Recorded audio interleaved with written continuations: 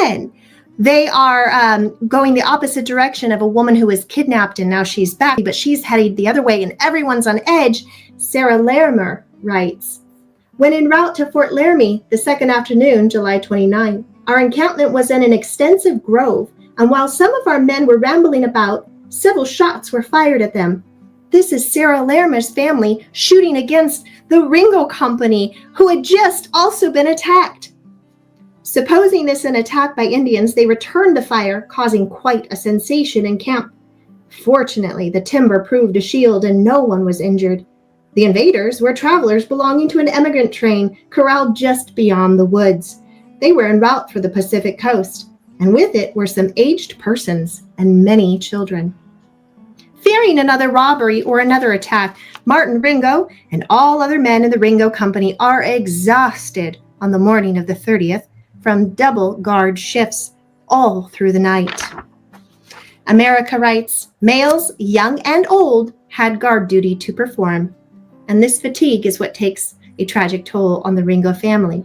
Mr. Rushville wrote, most of us had been up the entire night watching for an Indian attack, and just as day dawn began to streak the east, myself with others were standing against our wagons, listening at the crack of every bush around us. Mary, and now, O God, comes the saddest record of my life, for this day my husband accidentally shot himself. Martin was buried by the wayside, and oh, my heart is breaking. My little children are crying all the time. What am I to do? At this point, she's 6 months pregnant with 5 children.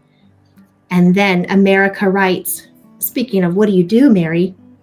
America says, I recall an instance when a mere boy, Johnny Ringo, was standing night guard at the wagon next to mine.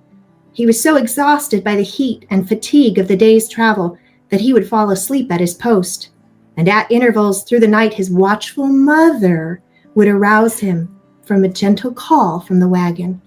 She did not sleep that night, but she kept watch in place of her boy and awakened him only when she feared he would be discovered neglecting his duty. His father was killed only a few nights previous while on guard duty at the same wagon. And that is a woman literally in the shadows raising up this boy to end up being quite a colorful character in the Wild West, but she never gave up no matter what.